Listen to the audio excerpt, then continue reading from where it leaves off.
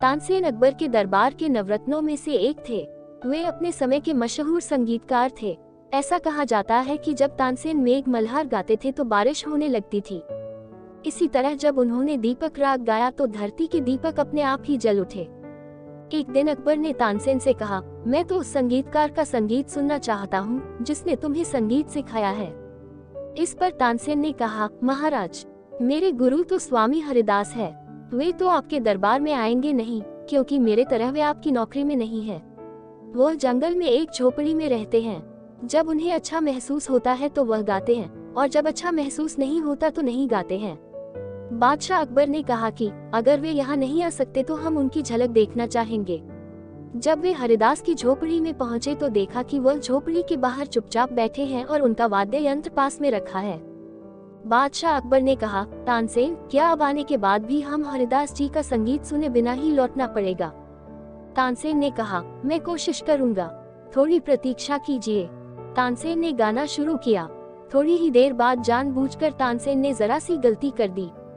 इस पर उनके गुरु हरिदास ने तत्काल टोका और कहा कि तानसेन, इस तरह मत गाओ। और इतना कहकर स्वामी हरिदास ने खुद ही गाना शुरू कर दिए। उनके गायन में तो गजब का जादू था। बादशाह अकबर तो हरिदास के संगीत में पूरी तरह खो गए थे। उनकी एकाग्रता तभी टूटी जब हरिदास ने गाना बंद कर दिया। इसके बाद अकबर महल के लिए रवाना हो गए, लेकिन हरिदास का संगीत उनके कानों में गूंज रहा था। रात को अकबर ने तानसेन से कहा, तुम वाकई बहुत सुंदर गाते हो। तुम वास्तव में भारत के सबसे महान गायक हो, लेकिन फिर भी तुम्हारा संगीत उस ऊंचाई को हासिल नहीं कर पाता जो कि हरिदास का संगीत कर पाता है। तानसेन ने हाथ जोड़कर कहा, महाराज, गुरु हरिदास जी और मेरे बीच एक बहुत बड़ा सा फर्क है कि मैं अपने राजा के लिए गाता हूँ, जबकि गुरु हरिदास जी तो केवल ईश्वर के लिए गाते हैं। वे दरबार के एक संगीतकार से तो बहुत बड़े और आगे हैं। तानसेन का जवाब सुनकर बादशाह अकबर मौन थे। वे अपने आप से कह रहे थे, जो ईश्वर के लिए गाता है उसकी आवाज में दैवीय मधुरता तो अपने आप ही आ जाती है।